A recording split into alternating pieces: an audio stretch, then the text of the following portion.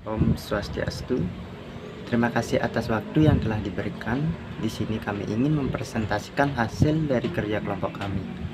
Pertama-tama, izinkan saya memperkenalkan diri atas nama Imadi Mestabdi Pradinata dan rekan saya atas nama Kadek Ari Ratnadewi, dan tidak lupa juga dengan Ibu Niloh Purnamaswari Prabnuwanti MPD sebagai dosen pengampu mata kuliah Darsana. Baik, tanpa berlama-lama saya akan paparkan materinya. Baik, lanjut dengan topik pembahasan. Yang pertama di sini ada pengertian Buddha Darsana, yang kedua ada ajaran Buddha, yang ketiga prinsip-prinsip beragama, yang keempat sifat-sifat orang Buddha, dan yang kelima itu etika ajaran Buddha dan nirwana. Yang keenam ada nilai pendidikan dan implementasi ajaran Buddha. Lanjut ke pembahasan, yaitu filsafat Buddha. Filsafat Buddha lahir dari ajaran-ajaran Buddha Gautama 567 sebelum Masehi. Ajaran ini dikatakan bersifat ateisme dan spiritual. Kata Buddha berasal dari kata Bud, yang artinya mengetahui, bangun, sadar, dan Da, yang artinya sempurna. Jadi Buddha merupakan sebutan yang diberikan sebagai tanda bagai pencapaian spiritual tertinggi dan kebahagiaan abadi atau nirwana. Ajaran Buddha menekankan pada etika, cinta kasih, persaudaraan, terus menolak sistem kasta dan menolak otoritas Weda dan pelaksanaan yatnya. Baik, dilanjutkan dengan ajaran Buddha.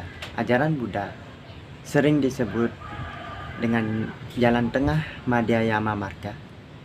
Ajaran-ajaran pokoknya yang dibukukan dalam 3 kitab suci yang terdiri dari Vinaya Pattika, artinya tata laksana bagi masyarakat umum, Sutta Pitaka atau upacara-upacara yang dialog berkaitan dengan etika, Abhidhamma Pitaka yaitu eksposisi teori-teori filsafat Buddha. Ini dilanjutkan dengan materi ajaran filsafat Buddha.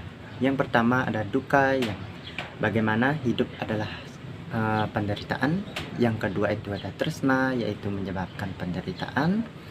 Yang ketiga itu ada nirede, yaitu bagaimana kita jalan untuk mengatasinya. Yang keempat itu ada astamarga, yang artinya jalan itu. Baik, di sini dilanjutkan ada pratitya samu, yaitu adalah 12 yang menyebabkan penderitaan.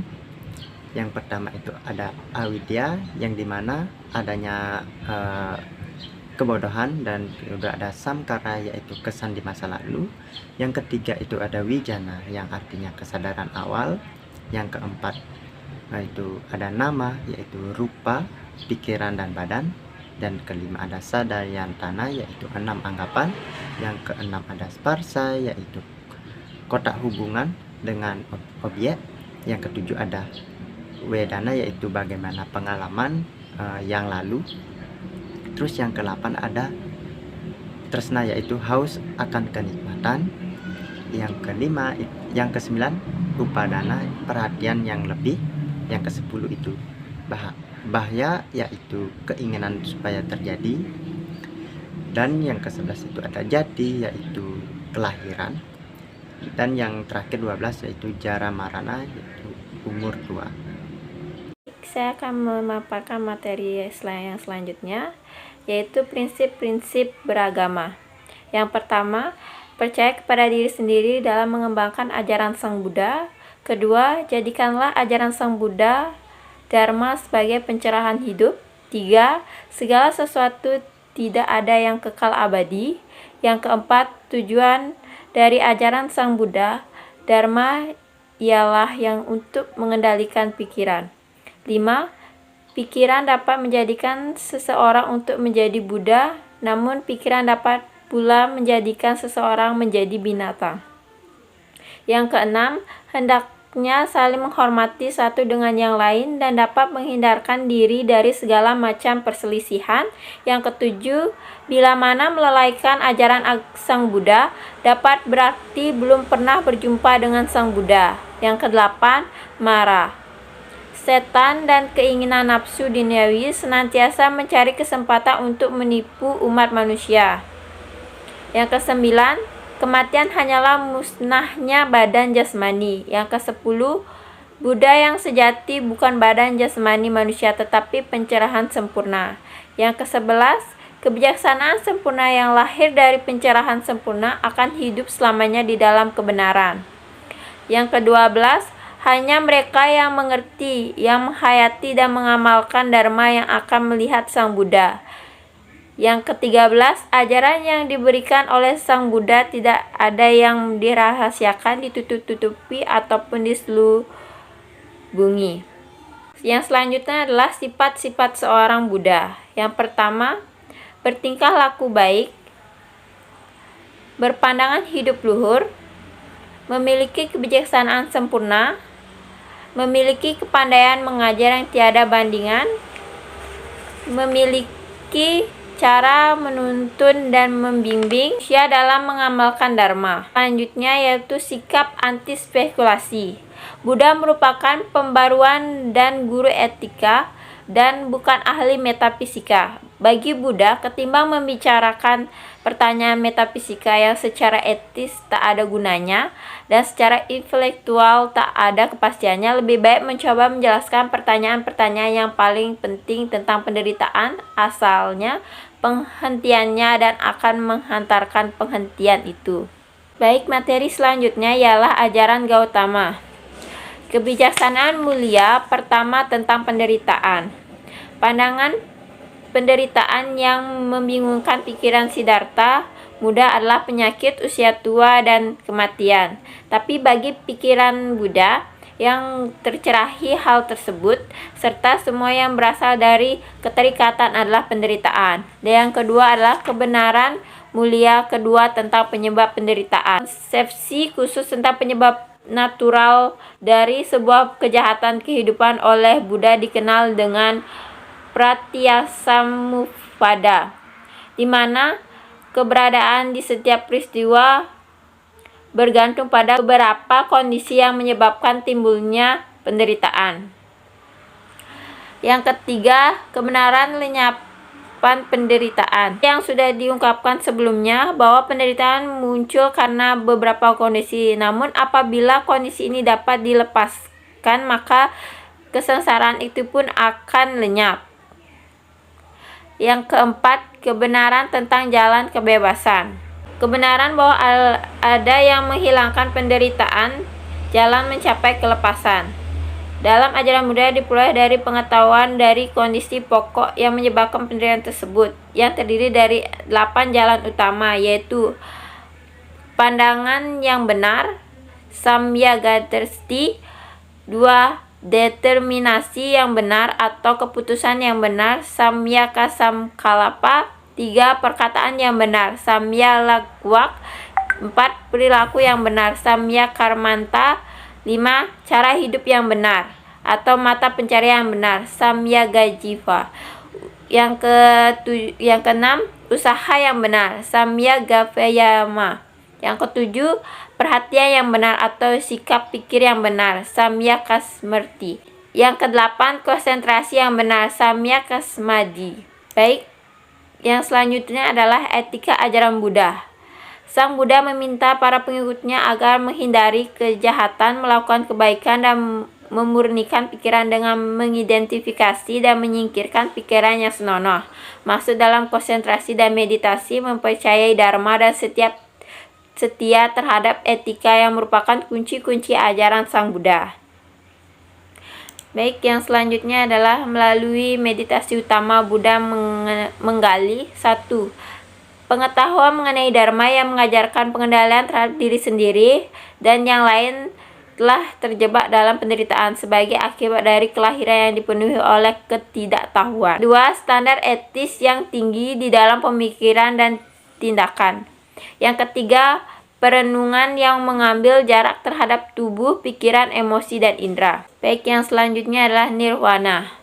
Penerangan sempurna atau nirwana dilukiskan sebagai keadaan ketika mencapai pengertian mengenai tak adanya diri atau roh, dan tak adanya satupun seperti dewa yang menjadi tempat menyatu setelah kematian tubuh fisik. Menurut Sang Buddha, akhir dari kehidupan orang bersangkutan ibarat nyala api yang telah ditiup. Nirwana menghasilkan suatu pengelakan yang selengkapnya dari kelahiran kembali, sebab tak ada keterikatan atau karma yang tersisa.